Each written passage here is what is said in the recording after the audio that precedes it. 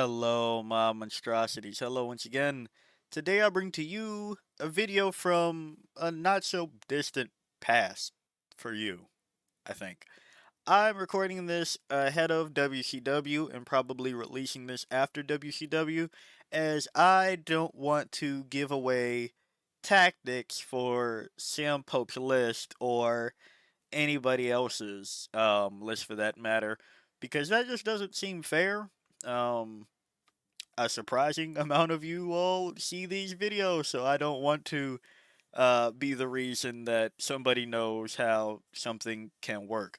But in the Turvagun video I made, when I was like, hey, maybe we should be taking Turvy a little bit more often. We've seen Sam Pope kick ass with it all edition. And I said something to the effect of like I'm surprised he's still using the winged hive tyrant even though the foot tyrant um got buffed and is generally better across the board. However, as a comment has pointed out, and a comment or two actually, and I think we all can attest that the Winged Hive Tyrant is faster, so it's easier to keep up with all the little gaunts and gants around the board to try to give out your -1 CP without much of a problem. However, as ASBO Mark um, has kind of cracked a case too, and this is something that I also was going to allude to in that video, but didn't have the right words for it at the time, is that there is a lot of damage reduction when you can set it up with the Winged Hive Tyrant. I made a video talking about bringing Winged Hive Tyrant with the Swarm Lord to become a pain in the ass for melee armies. And I still stand by that idea. It's not to say. I also, again, clarify that I don't usually say you should be bringing double Tyrant. Like, that is a lot. But for the purpose of the idea, I still go, yeah, that's it.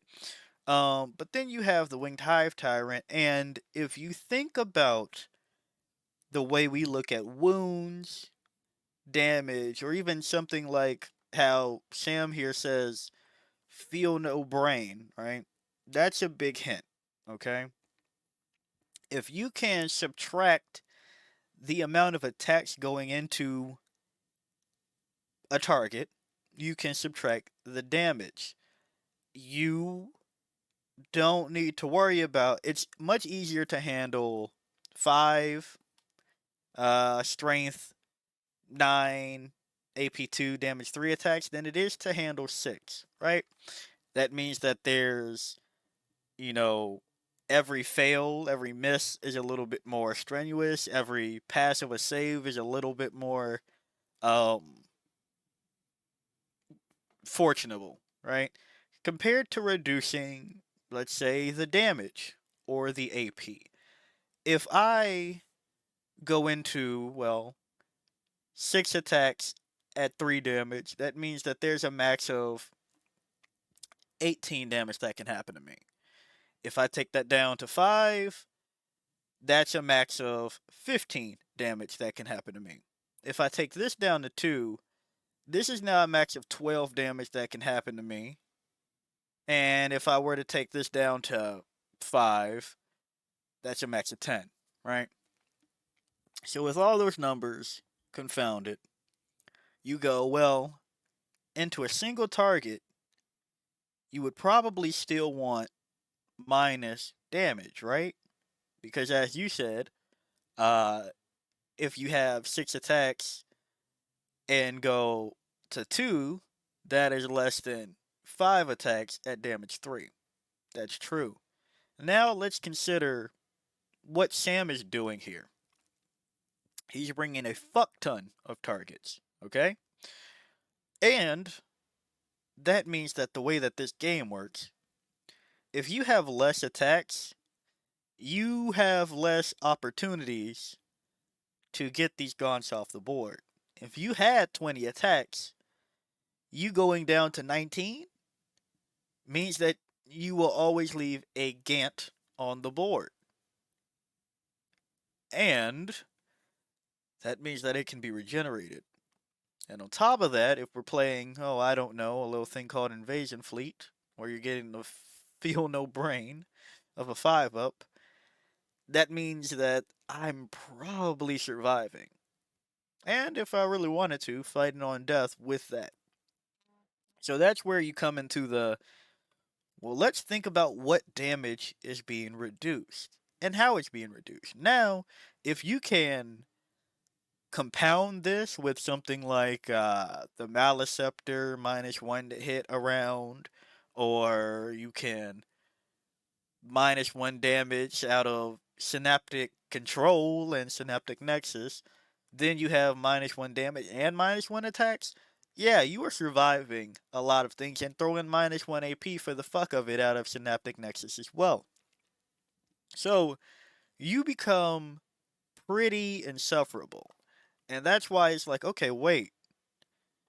Sam is cooking in terms of Termagants, Winged Hive Tyrant. And like, no shit, he's cooking. We know that Sam's cooking. He keeps fucking winning, right? You don't need me to tell you that. But I think this goes to a principle of a list that I was really struggling to put together.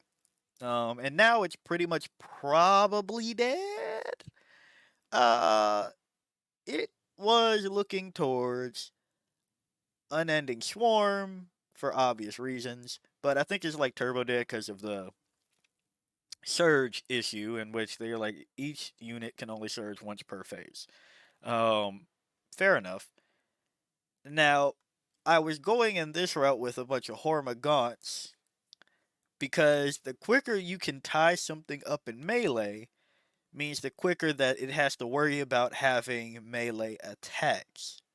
See, outside of pistol and monsters and vehicles, if you can get a bunch of tiny targets into a target and then you subtract one attack into that way, it's pretty nasty.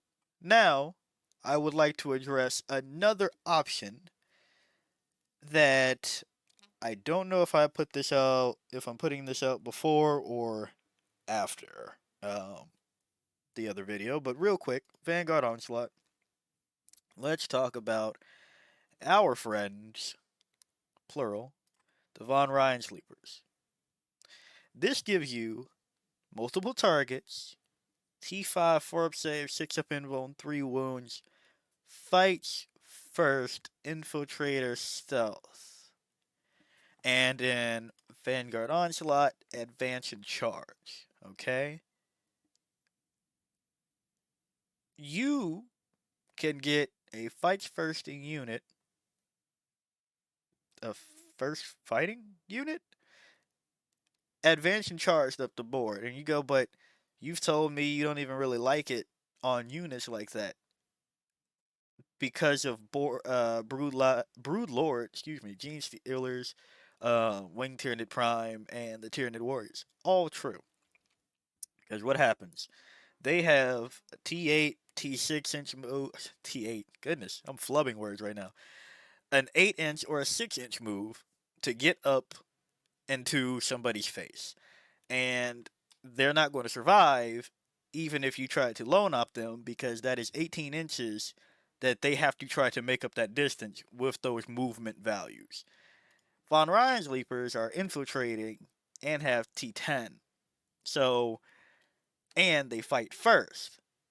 So again, depending on the turn, if they get tied up in combat, either from their own heroic intervention, fights first, advance and charge into somebody's face, they can get to a target that needs to get through at least 6 models with 3 wounds each, a 4-up save, and a 6-up invuln, stealth.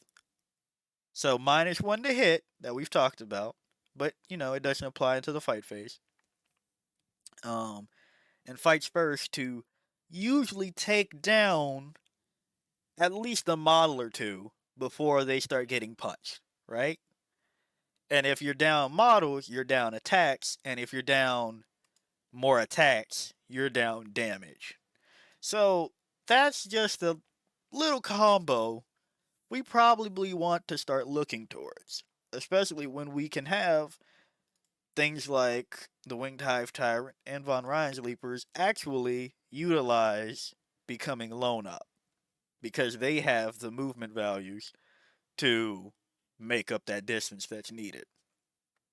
Um, or drag and drop and shit like that, right? It is very interesting how that math works out into sometimes you want less attacks versus the less damage. Because again, like if we're talking one wound things and the minimum damage of one is there, if you have 30 attacks into my Hormagaunts, you're probably picking them up. But if you have 20 damage one attacks, you're probably not going to pass every single one, and I will probably save at least one or two uh, saves. So therefore, I have shit to play with. And that's something cynical about Sam's list. But it can also be applied to other places, such as Synaptic Nexus, as I talked about with Turvy, where now if you do -1 damage, -1 AP, -1 attacks, ugh, like good luck. Vanguard Onslaught, we just talked about how that could show up. You also have things like Assimilation Swarm, into which you are regenning shit like the Gants and the Gaunts around shit like a Psychophage, giving you a feel no pain. Pull you up real quick. The Psychophage. Right? And assuming the Maliceptor is around, because we're just going to be goofy with this too, you have that element of it. So, I say all this to say that, yeah, I think we already knew one reason why it worked. And hell, we probably knew all the reasons why it worked. But just a clarifying thing, because I know some people watch these videos that are like still learning everything. I decided to put this together to highlight probably some of the nuances that can easily go by, especially when not a lot of people are running many, many models. Because not everybody is built like Sam Pope and has the energy to move that many models throughout a 4 hour game. Or a 2-3 hour game, right? Not everybody has that in them. But I think we've down the Winged Hive Tyrant a little bit. And I was just looking at it pure like, yeah, if there's minus attacks, it's minus attacks, it's cool. But I really want to stress in this one how good that can be for a game plan such as Sam's. Now, we notice that this is Termagants, so I don't know how. Well, I've seen him in action, but it's not live, but on streams. But it is interesting to think how critical that might be to try to get into melee first, because the spine fist, excuse me, are pistol, so he's still able to fire and get them into combat, and then regen them, and 5 would feel no pain them, and have less attacks go into them. So it's pretty gross. And yeah, if he's won WCW before this video goes live, props to him. Um, yeah, I saw the list, saw that it was pretty much the exact same running it back.